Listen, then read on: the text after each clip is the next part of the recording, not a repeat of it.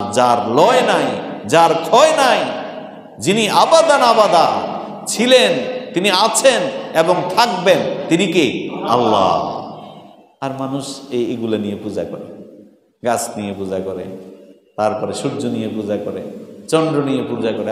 কত পাগল! তুমি আসমানের দিকে তাকাও না। আফালা ইয়ানদুরুনা ইলাল ইবিলি কাইফা খুলিকাত, তুমি দেখো না উটকে আল্লাহ তাআলা কেমনে সৃষ্টি করছে। ওয়া ইলাস সামাই কাইফা রুফিআত, তুমি কি খেয়াল করো না আসমানটাকে কিভাবে আল্লাহ উর্ধে ধরে রাখছে উইদাউট পিলার? কোনো পিলার নাই আসমানে, কোনো পিলার আছে? নাই। আফালা ইয়ানদুরুনা ইলাল ইবিলি কাইফা খুলিকাত ওয়া ইলাস সামাই কাইফা রুফিআত ওয়া ইলাল জিবালি কাইফা নুসিবাত ওয়া ইলাল আরদি কাইফা সুতিহাত। এই আয়াতগুলোর মধ্যে আল্লাহ রাব্বুল আলামিন সৃষ্টিরাজি সম্পর্কে কত সুন্দর চমৎকার উদাহরণ দিয়েছেন। সুবহানাল্লাহ বলেন, সুবহানাল্লাহ। কত চমৎকার উদাহরণ দিয়েছেন। কার কাছে মাথা নত করো?